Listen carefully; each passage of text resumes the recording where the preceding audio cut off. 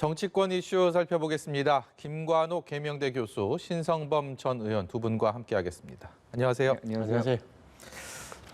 당초 오늘이요, 문재인 대통령과 민주당 송영길 대표의 회동이 예정돼 있었기 때문에 이 회동을 전후해서 뭔가 결정적 상황이 벌어지지 않을까라는 전망들이 많았는데 결정적 상황은 어제 저녁에 벌어졌습니다. 그리고 오늘은 청와대와 여당이 임기 말에 좀 단합하자 이런 얘기들 나왔는데요. 어제 그 결정적인 상황 제가 말씀드린 건 다 이해하시겠죠? 네. 민주당이 총리 후보자 지금 이제 후보자가 아닙니다만 장관 후보자 두 명과 함께 처리를 했습니다. 어떻게 보셨습니까? 어제 그 총리 후보자의 어떤 처리는 사실은 어떻게 보면 엿새나 늦었던 것이거든요. 네. 인준 절차의 어떤 그 예정된 거를 따지다 보면. 근데 그 부분에서 얼마만큼의 어떤 국민들이 동의할지. 그러니까 사실 야당이 지금 그 약간의 전략적 미스였다. 그러니까 지금 3명의 어떤 문제가 제기된 장관 후보자들을 더 낙마시키기 위해서 네. 사실상 김부겸 후보자에 대한 인준 절차를 늦췄다는 거거든요. 연계했다는 건데. 네. 통상 내용적으로 접근해야죠. 이것이 어떤 후보자가 뭐가 문제가 있으면 그 후보자에 집중해서 사실은 낙마를 요구하고 해야지 총리 후보를 하나의 어떤 매개거리로 해가지고 그분들을 더 낙마시키려고 했다는 것은 동의받기 어려운 것이고 그런 차원에서 사실상 여당이 단독 처리를 했다고 해서 그거 자체가 문제가 안 되는 상황으로 오히려 가버린 것이거든요. 특히나 21일 날 대통령이 한미 정상회담을 위해서 이제 떠나야 되는 상황이고 국정에 약간의 공백이 발생할 수 있는 상황 속에서 빨리 총리 후보자가 이제 취임을 해서 사실상 이 국정을 이제 장악해야 되는 그런 시기임에도 불구하고 약간 당리당략적 어떤 태도가 있었다는 것이죠. 예. 그런 차원에서 어제 여당이 그런 명분하에 모든 것을 일괄적으로 처리했다. 이렇게 이제 평가할 수 있는 거죠. 신성범 의원께서 어떻게 보셨어요? 이번 개각을 왜 하느냐, 왜 했느냐 하는 부분에 대한 본질적인 질문을 던질 수 있는 거죠. 그러니까 이번 지난달 7일 날 있었던 보궐선거에서 패배하고 나서 민심을 따르겠다면서 한 게 이 개각이란 말이에요. 그러면 가장 중요한 기준이 국민적 눈높이와 민심이 될 텐데 저는 예를 들어서 김부겸 총리 후보자의 경우 저는 넘어갈 수 있다고 생각하는데 지금 이매숙 장관이나 임명되기 장관이나 그다음에 박준영 장관 후보자에 대해서는 국민들이 사람이 이렇게 없느냐, 정말 이런 사람밖에 없느냐 할 정도로 그런 생각을 버리지 않고 있는 마당에 갑자기 한 명이 자진 사퇴 형식이긴 하지만 누가 봐도 대통령의 뜻에 따라서 형식만 자진 사퇴지 그게 한 게 아닙니까? 그런데 떨어지기가 무섭게 어제 저녁에 저렇게 급하게 처리할 일이냐? 물론 대통령이나 여당 입장에서는 국민을 아예 빨리 전환하자. 어차피 이래 된 거 한 명 낙마시키는 걸로 밀어붙이자고 생각했으면 한데 국민들이 볼 때는 본질적인 질문 이런 식으로밖에 못하느냐, 사람이 이 정도밖에 없느냐. 아니 대통령이 자꾸 언론과 야당 탓을 하시는데 본질적으로 청와대에서 검증 절차는 제대로 이루어진 건지 또 이런 사람들밖에 왜 추천 못했던 건지에 대한 그런 의문이 사라지지 않은 상태에서 저렇게 밀어붙이기로 하니까 결국 남는 것은 여야가 격돌하는 형국이고 이에 대한 판단은 국민들이 좀 이따가 시간이 지나면서 내릴 거라고 저는 봐요. 예, 하룻밤을 넘기고 나서 여야의 목소리 참 격앙돼 있고요. 상대방에 대한 어떤 비난, 비판이 이어졌습니다. 여야 수장들의 얘기 좀 들어보고 오시죠. 한 발 양보했으니 두 발 물러나라고 대통령의 인사를 정치권의 흥정거리로 만든 행태는 유감스럽지 않을 수 없습니다. 정부 여당은 코로나 위기 대응으로 급박한 상황에서 국정 공백을 막기 위해 결단하지 않을 수 없었다는 점을 말씀드립니다. 지난주 내내 국무총리와 장관의 인사 문제로 국회는 공전하며 중요한 민생 법안들이 뒤로 밀렸습니다. 야당은 민생 국회로 돌아와 국민의 삶을 챙기는 협력에 나서 주시기를 요청드립니다. 문재인 정권은 아무리 민심의 회초리를 맞아도 전혀 달라지지 않습니다. 오만과 독선의 DNA가 전혀 고쳐지지 않고 있습니다. 이번 부적격 장관 후보자의 독단적 임명 강행은 청와대의 각본과 감독하에서 민주당이 그 배우로 등장해서 실천에 옮긴 참사라고 생각됩니다. 네, 국민의힘은 의원들이 청와대 앞으로 모여서요 긴급 의원총회를 하면서 어제 상황에 대한 비판을 이어갔고 민주당은 이걸 두고서 정치적 이벤트다. 그렇기 때문에 국회로 돌아와서 민생에 대한 처리를 같이 하자라고 얘기를 한 상황입니다. 일단 강대강계 대치가 현재로서는 좀 불가피해 보입니다. 앞으로 뭐 김호수 검찰총장 후보자에 대한 인사청문회도 진행해야 될 텐데 분위기 자체가 이렇게 냉랭하게 시작되면 결론이야 뻔하게 진행이 되지 않을까 그런 우려가 됩니다. 우리가 지난 국회에 또 경험이 있어요. 그러니까 황교안 대표 체제에서 사실상 장외투쟁으로 일관했거든요. 그 결과는 국민의 준엄한 어떻게 보면 평가 그리고 조치들이 있었던 부분이 있었거든요. 선거 과정 속에서. 그래서 저는 야당도 장외투쟁을 하기는 쉽지 않을 것이라고 보고요. 예. 그 정도 사안이라고 보는 국민들이 그렇게 많지는 않습니다. 어쨌든 오늘 뭐 밖에서 원내 이제 대책회의도 하고 뭐 이렇게 해서 본인들의 어떤 의사를 시위를 하는 것인데 저는 뭐 김호수 검찰총장이 후보자의 부분에서는 아주 강하게 이제 접근을 할 것이다라고 생각을 하지만 지금 원 구성이 남아 있거든요. 네. 어떤 형태로든 이 원의 상임위원장 배분 문제라든가 협상을 해야 되는 내용들이 여러 가지가 있기 때문에 강한 어떤 입장만 견지하기 굉장히 어렵다. 그러니까 지금의 어떤 약간의 강대강 싸움은 원 구성을 위한 어떤 전초전적인 어떤 성격, 삿바 싸움의 성격이 그 안에 내재돼 있다. 저는 이렇게 생각합니다. 5월 국회 어떻게 흘러갈까요? 우선 말씀하신 대로 뭐 야당이 매일 청와대 앞에 가서 의원총회 할 수도 없고 그거 네. 끝난 거예요. 그러니까 네. 저거는 야당 입장에서는 그나마 할 수 있는 마지막 수단이었다는데 저 상징적인 장면인데 저게 그렇게 국민의힘 의원들, 야당 의원들이 청와대 앞 분수대 앞에서 긴급 의원총회를 하고 있던 그 시간에 청와대 안에서는 뭐가 일어나고 있었느냐?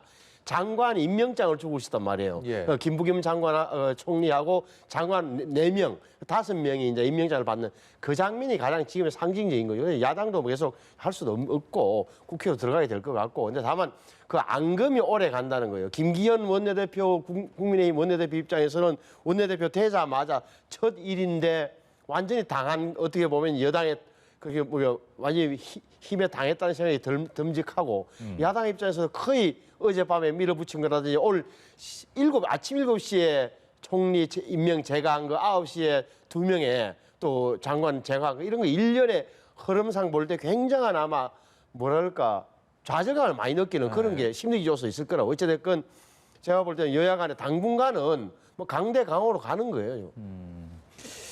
그러면 이번 사안은 사실 어느 정도 정리가 됐기 때문에 각 여야에서는 이번 사안을 어떻게 좀 바라보고 있는지 속으로는 어떤 생각을 하고 있을지를 두 분께 좀 차례로 여쭤보고 싶은데 특히 청문정국 송영길 대표 체제에서의 뭐 시험대다 이런 전망들이 많았기 때문에 이런 결론을 두고 송영길 대표 체제는 어떤 평가 것들이 좀 지배적으로 나온다고 보십니까? 그러니까 송영길 대표 체제는 약간의 당의 존재감을 확보하는 데 성공했다 이렇게 생각을 합니다. 그러니까 지금 30번째 사실은 청문 보고서를 채택 안 하고 임명했던 부분인데 여기에서 최초의 낙마자가 발생을 했어요. 그것도 초선들이 집단적으로 요청을 하는 것이고 사실 그 뒤에는 저는 송영길 대표가 있다고 생각을 합니다.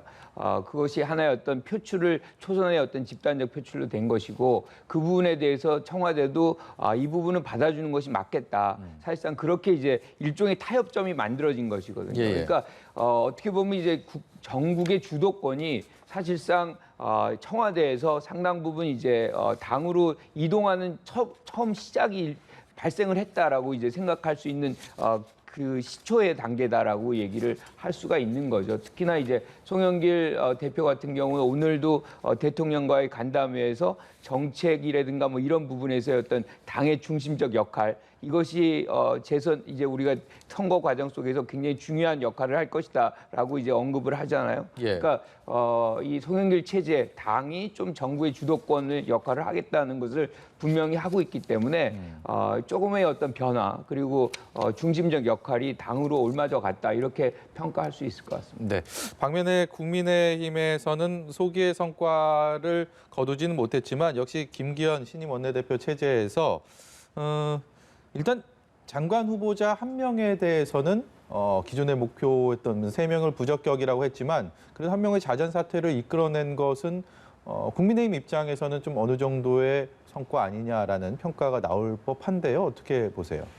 그 평가가 뭐 저 당 내부에서 어떤지 모르겠습니다만 바깥에 있는 제3자 입장에서 볼 때는 그나마 좀 나은 거죠. 결국은 물론 야당에 국민의힘 동의 없이 지금 장관 임명된 분이 오늘로 이제 30번째, 31번째 된 거 아니에요. 하지만 적어도 지금 여권 내부에서 비롯된 일이긴 하나 어찌됐건 한 분이 자진 사퇴 형식으로 그 중간에 저렇게 이제 뭐랄까 드랍하게 된 것, 다시 말해 포기하게 된 것은 그나마 나은 거죠.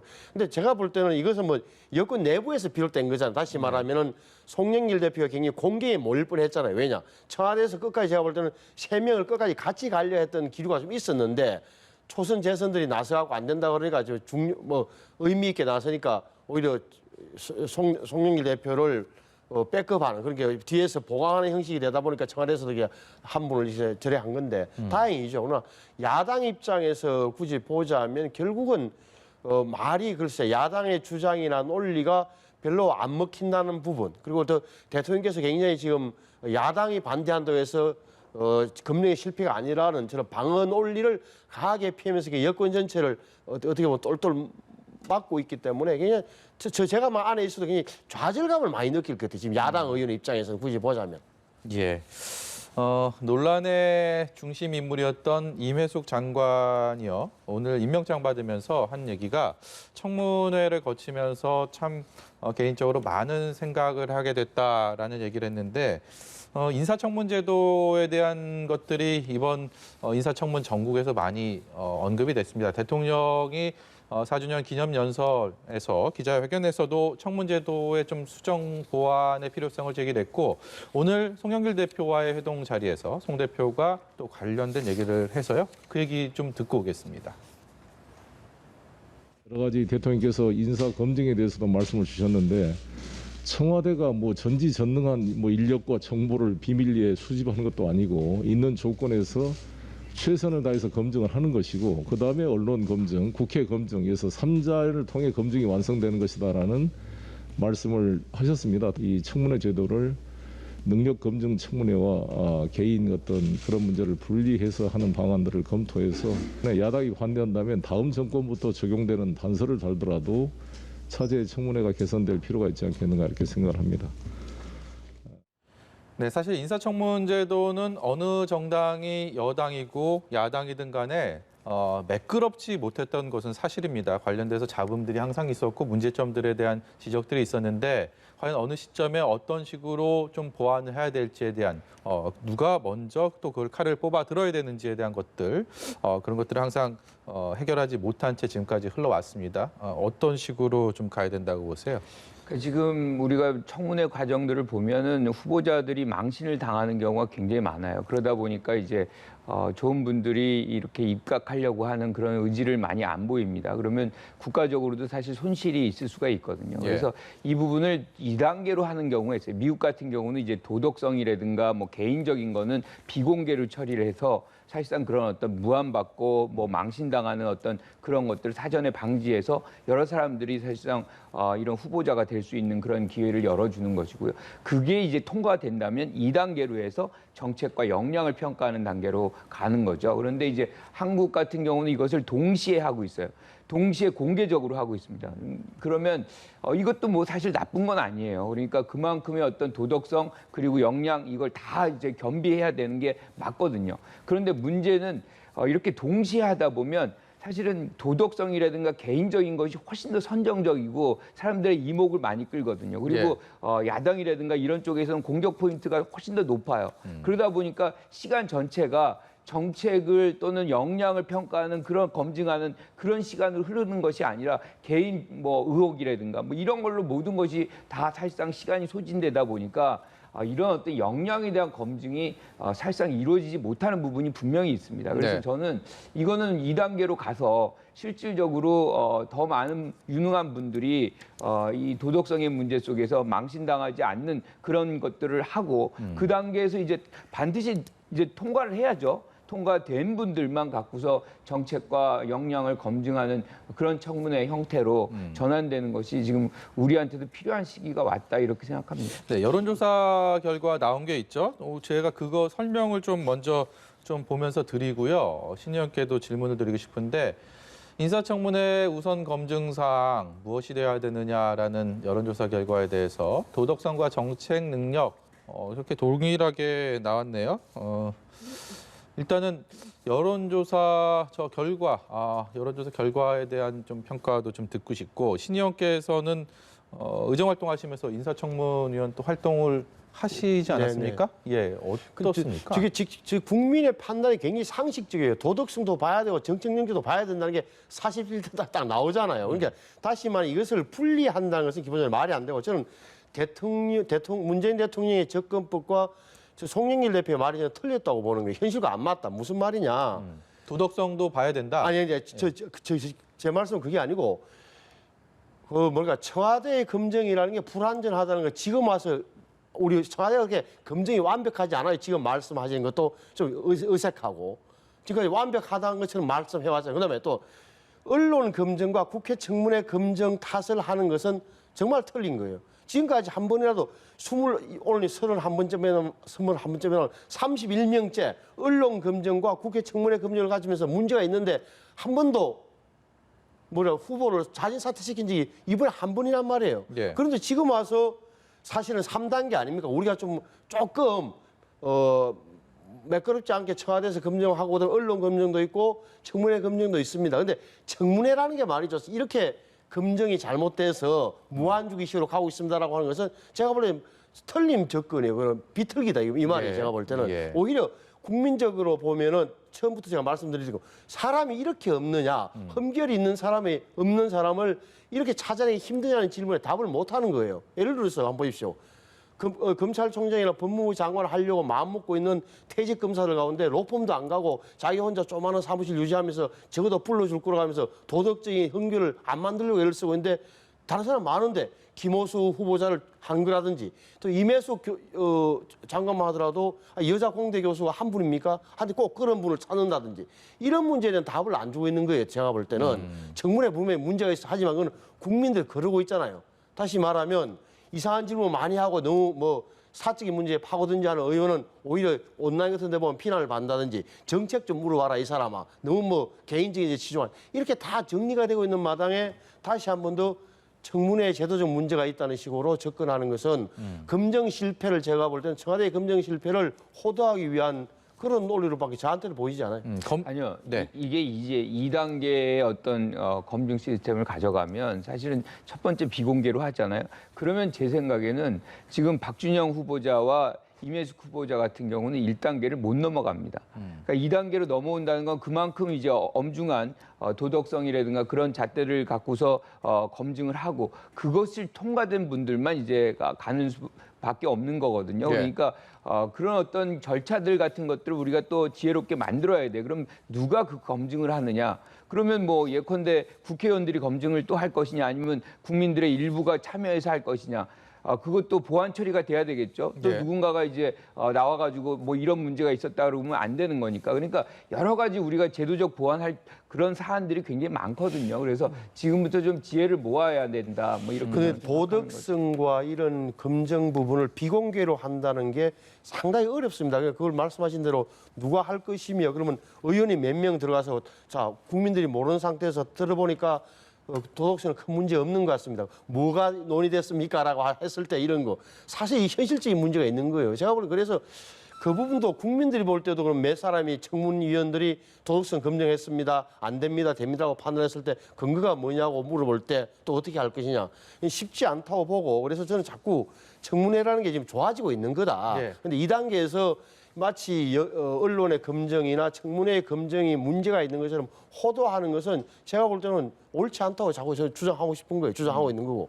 그러면 신 의원께서는 지금의 청문 방식을 굳이 손댈 필요 없이 유지하는 것이 다른 낫다. 나은 대안이 별로 보이지 않는 상태에서 오히려 국민들이 볼 때도 지금 의원 한 분 한 분의 접근 방식에 대한 판단력이 다 있기 때문에 저는 계속 가면은 훨씬 더 좋아지려고 봐요. 예, 김 교수님께서는 지금의 청문 방식은 조금 손을 대서 특히 도덕성에 대해서 그것을 너무 중시하는 부분에 대해서는 좀 비공개 방식도 필요하다. 저는 중시해야 된다는 데 동의합니다. 하지만 비공개 처리를 하는 것이 필요하다는 것이죠. 이게 예. 이제 개인의 어떤 사생활 같은 것들이 다 노출이 되다 보니까 좋은 인력들이 이제 들어가지 않으려고 하는 그런 부분도 있을 수가 있거든요. 그래서 아까 말씀하신 부분에서 우리가 이제 어떻게 해야 되느냐의 문제거든요. 그러면 여러 가지 기준들을 만들면 돼요. 예컨대 뭐 세금 탈루한 게 있느냐 뭐 등등에 있다 그러면 그거를 뭐 나중에 가서 처벌한다거나 뭐 등등의 네. 방식을 하면 됩니다. 그러니까 선설하고 거기에 대해서 그 검증 과정 속에서 위중이 나온다 그러면 그것을 본인이 이제 처벌을 받겠다는 것들을 한다 그러면 우리가 그런 과정을 거쳐서 일단락을 내고 그 다음에 이제 청문회를 이제 공개적으로 하는 부분은 정책이라든가 역량으로 한다 그러면 훨씬 더 수준 있고 예. 국민들이 필요로 하는 것들을 청문회 과정에서 볼 수 있겠다 이렇게 생각합니다. 알겠습니다. 다른 여론조사 얘기 좀 해보겠습니다. 차기 대선 관련된 여론조사인데요. 각종 조사 기관마다 현 시점에서 가장 선두권을 형성하고 있는 두 명의 주자입니다. 이재명 경기지사와 윤석열 전 검찰총장인데 앞서서 먼저 조금 전 거 먼저 보여주시죠. 네, 한국갤럽에서 나온 조사인데요. 저 조사는 이재명 지사가 양자 대결에서 윤석열 전 총장을 처음으로 역전을 했다라는 의미를 부여하고 있고요. 그리고 다음 리얼미터에서 나오는 조사는 역시 같은 기간에 하긴 했는데 보시는 것처럼 또 10%포인트 가까이 윤 전 총장이 앞섭니다. 앞서거니 뒤서거니 하는 상황들이 이어지고 있고요. 각 여론조사 기관의 조사 방식은 조금 다르니까 그런 것들이 반영된 상황입니다. 어떻게 봐야 되는지 먼저 김관욱 교수께 여쭤보고 있습니다. 그러니까 리얼미터는 ARS로 조사를 하고요. 그다음에 한국갤럽은 주관식으로 이제 응답자들이 직접 얘기를 하는 겁니다. 그러니까 그 본인들의 어떤 의사가 직접적으로 나왔다라고 얘기할 수 있는데 어쨌든 처음으로 이재명 지사가 이제 선두를 하는 그런 이게 나온 겁니다. 데이터가 뭔가 이 추이에 어떤 변화가 발생했다는 것에 의미를 두고 싶어요. 그러니까 지속적으로 사실 윤석열 전 총장이 선두권을 유지했었는데 이것이 변화됐다는 것이거든요. 그러니까 다시 얘기하면 윤석열 전 총장의 어떤 선거 참여에 대한 선택이 느려지면서 사실 지지 세력이 결속력이 상당히 이완되고 이탈하고 뭐 이런 것들이 여기에 반영이 된 것이다라고 생각을 하고요. 상당한 어떤 지지자들의 피로감이 지금 나와 있다고 보는 것이고 반면에 이재명 지사 같은 경우는 지금 여권의 선두주자로서의 어떤 자리매김을 좀 더 공고히 하는 그런 지표가 나온 것이다. 이렇게 일단은 해석을 할 수 있을 것 같습니다. 일단 보수 야권에서는 국민의힘이 재보궐선거에서 압승한 이후에 좀 탄력을 받은 상황. 여기에다가 윤석열 전 총장의 자맹이 생각보다 좀 길어지면서 윤 전 총장이 좀 그 상승세가 이렇게 좀 멈춰 있는 그래서 좀 피로하다 이런 평가도 나오는 것 같아요. 아무래도 윤석열 총장 피로하다는 피로도가 높아졌다는 표현보다는 뭐랄까 좀 이게 여기 뭐 나오긴 나오는 거야 뭐 이런 이런 생각인 거죠. 그러니까 예. 저는 이재명 지사는 굉장히 최근에 큰 모임도 만들고 계속 활동하고 뭔가 텔레비전에 계속 나가는 거 언론에 보도되는 거고 네. 윤석열 총장이야 지금 뭐 안 보이니까 아무것도 안 한다고 아무것도 또 안 하는데 나옵니다. 저기 사실 제가 보면 많이 나오는 거예요 지금 윤석열 네. 총장 그 지지도라는 게 그래서 예. 근데 저는 기본적으로 지금의 조사 뭐 거듭 말씀드리지만 좀 큰 의미 없다고 보는 건 어찌됐건 윤 총장의 그런 정치적 발언이 안 나오고 그다음에 정치 입문할까부터 다시 원점으로 돌아가서 진짜 정치 뭐 활동하는 거야 안 하는 거야 이런 질문까지 나오고 있는 상황이니까 적어도 뭐랄까 물음표가 계속 늘어나고 있는 상황과는 분명해 보여요. 예, 국민의힘 당권 경쟁도 가열되고 있습니다. 오늘도 뭐 김은혜 의원 초선 의원인데 어제 김웅 의원에 의해서 네. 또 초선에 연이어서 이제 당 대표 출사표를 던졌는데 이 과정에서 중진 의원들과의 또 좀 신경전이라고 할까요? 그런 것도 이어지고 있어요.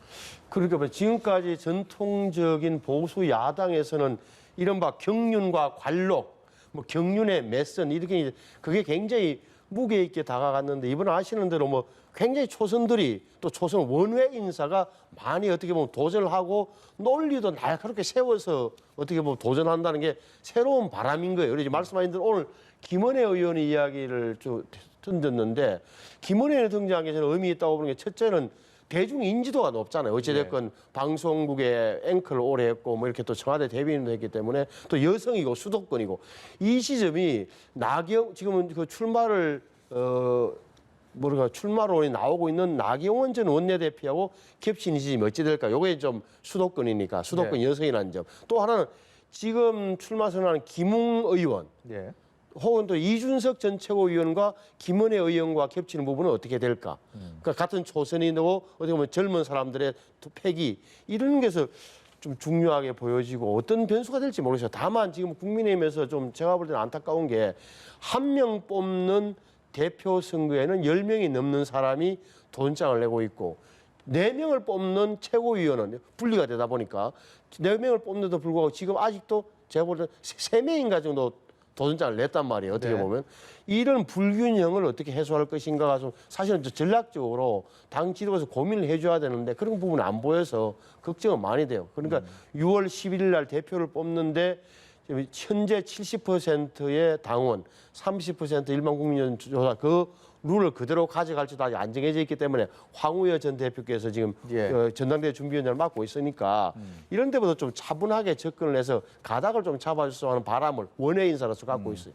여야 지도부 뭐 공이 가장 최고의 가치를 내년 3월에 있을 대선 승리로 꼽고 있습니다. 그렇기 때문에 이 지금 보수 야권의 국민의힘의 이 당대표, 최고위원, 이 지도부를 선출한 이 방식들, 특히 중진과 신진 세력들의 이런 갈등이나 이런 경합 이런 것들을 민주당 쪽에서는 어떻게 바라보고 있을까요? 그래도 우리 입장에서는 좀 이렇게 되면 좀 더 나을 것 같은데 뭐 이런 바람들도 있지 않을까 싶은데요. 최근에 이제 유인태 전 의원도 그렇고 김종인 전 비대위원장도 그렇고 초선이나 뭐 원외 인사가 만약에 대표가 된다 그러면 굉장히 위협스러울 것이다 민주당에게. 예.